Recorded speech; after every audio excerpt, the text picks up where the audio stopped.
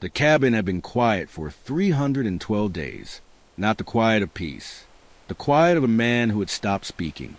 Not because he had nothing to say, but because he had forgotten that anyone was still listening. His name was Elias Creed. He was 52 years old. His wife, Maren, had died in the spring, not from sickness, but from exhaustion of the spirit. She had simply stopped rising, first from bed, then from hope. In October, a man came, not a letter, not a warning. A man. His name was Quill Barrett. He worked for the railroad. He did not carry a gun. He carried a leather satchel and a smile that never reached his eyes. $47. That was what Maren had borrowed 2 years ago, for reasons Elias had never asked. Now, with interest, with fees, with the cost of collection, he owed $211, 60 days. That was all Creed gave him.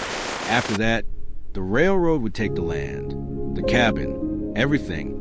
The creek behind the cabin ran past. It never stopped. It never would. Elias had stopped, but the creek hadn't. That night, he did not sleep. He sat on the edge of the bed, the same bed where Maren had taken her last breath. And he did not ask why. He asked how. How does a man with nothing pay $211 in 60 days? Before dawn, he walked into the ravine. He carried a lantern and a question that had no answer yet. And there it stood, a white oak, 300 years old if it was a day. Its trunk was so wide that 2 men could not reach around it. Maren had found it years ago. She had made him promise never to cut it. Some things, she had said, should outlive us. But Maren was gone, and the land was all that remained of her. Elias pressed his forehead against the bark. He did not pray. He had forgotten how. He simply stood there in the dark, listening to the creek, and made a decision. The next morning, he swung the axe. The first week gave him blisters. He wrapped them and kept going. The second week gave him calluses. By the third week, his hands had stopped complaining. The body, it turns out, will follow wherever the heart refuses to stop. On the 23rd day, the oak fell. It hit the ground with a sound like thunder. Elias stood back, breathing hard, and looked at what he had done. He had killed something ancient to save something dying. He had no sawmill. He had no help. He had an ox that was nearly as old as he was. Maren used to tell me and a you were plan the that strongest existed man only she in his knew. head. But Maren had believed in something. She had I borrowed never that money for believed a her. reason. Now he Until understood. now. She had borrowed it for him. She had believed he was strong enough to carry it. He had proved her wrong for 312 days. He would not prove her wrong anymore. On the 31st day, a wagon came up the track. It was not Quill Barrett. It was an old woman named Greer. She had been Maren's friend. She looked at the half-built mill and said, "Maren used to tell me you were the strongest man she knew. I never believed her. Until now." The first gear failed. The second gear failed. The third and fourth failed. 22 days gone. 38 remaining. Elias sat in the dark and looked at the ruined wood on the floor. I know On it the sounds fifth attempt, impossible, the teeth I saw met it. and held. Elias, that's hard to Lars turned the swallow. gear slowly. Yeah, we It need more moved. proof. Smooth, true, But his eyes, perfect. John. They He's did not not lying. cheer. They laughed. He might be The praying. breathless, He might be saying tearful laugh goodbye of to the people who've version been of holding himself their that breath stood for at a 3 grave weeks, with nothing. and finally Or he remembered might be how saying to hello exhale. to the woman on the other side of 400 this pounds moment. of granite. No oxen. No men. Just a rope, a sled, and 2 children pouring creek water onto the ground. He pulled. They poured. It moved. Not because it was easy, because he refused to let it stay. On the 37th day, Elias stepped back and said 2 words. It's done. 6 feet of shaped oak. 8 paddles. 1 dream made real. They came with 3 sacks of wheat and a skepticism earned by hard years on the frontier. They had seen too many things not work. But Mrs. Bertram had seen something in Elias's eyes that her husband hadn't. She had seen certainty. Elias stood at the lever. He closed his eyes. Maybe he was praying. Maybe he was saying goodbye to the version of himself that had stood at a grave with nothing. Or maybe he was saying hello to the woman on the other side of this moment. Then he pulled the lever. The water hit the first paddle like a fist. The wheel groaned, a deep, old sound, like a debt man waking from a long sleep.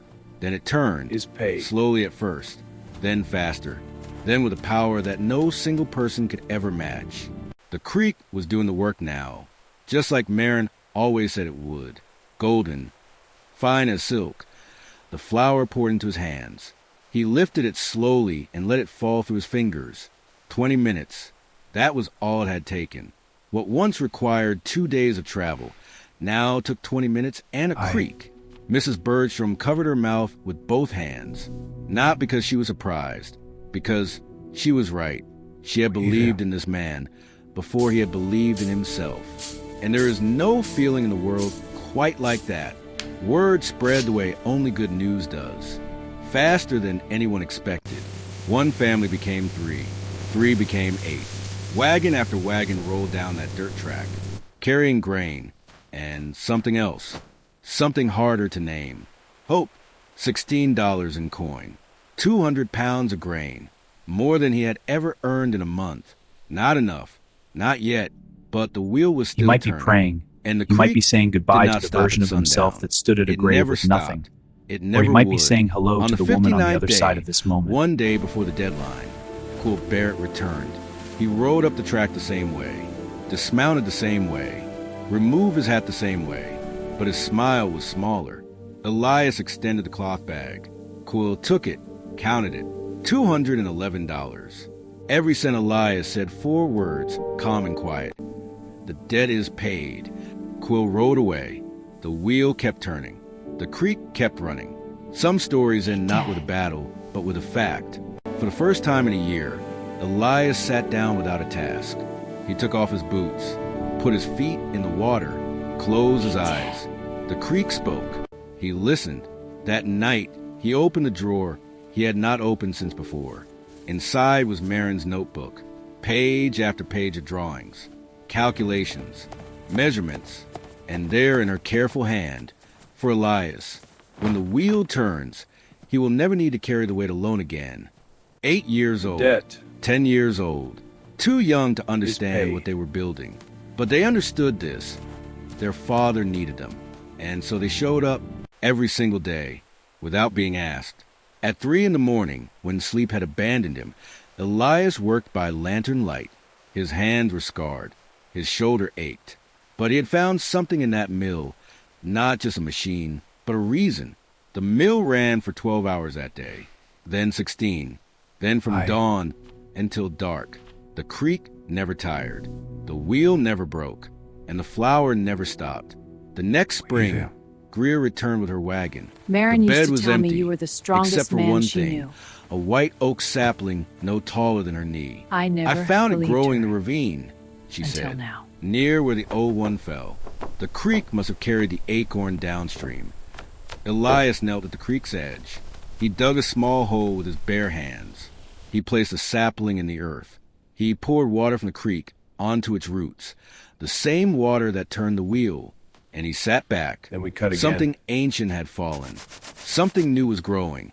1 year later, the sapling was knee-high. Its leaves were bright green.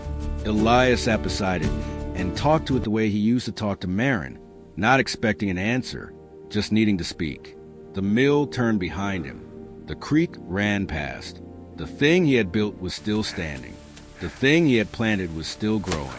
The creek never stopped. Not once.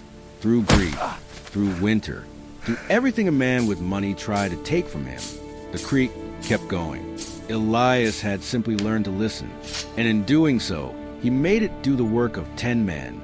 But that is not the end of the story. The story is this: a man, a tree, a creek that never stopped. And the thing that did not fall was him,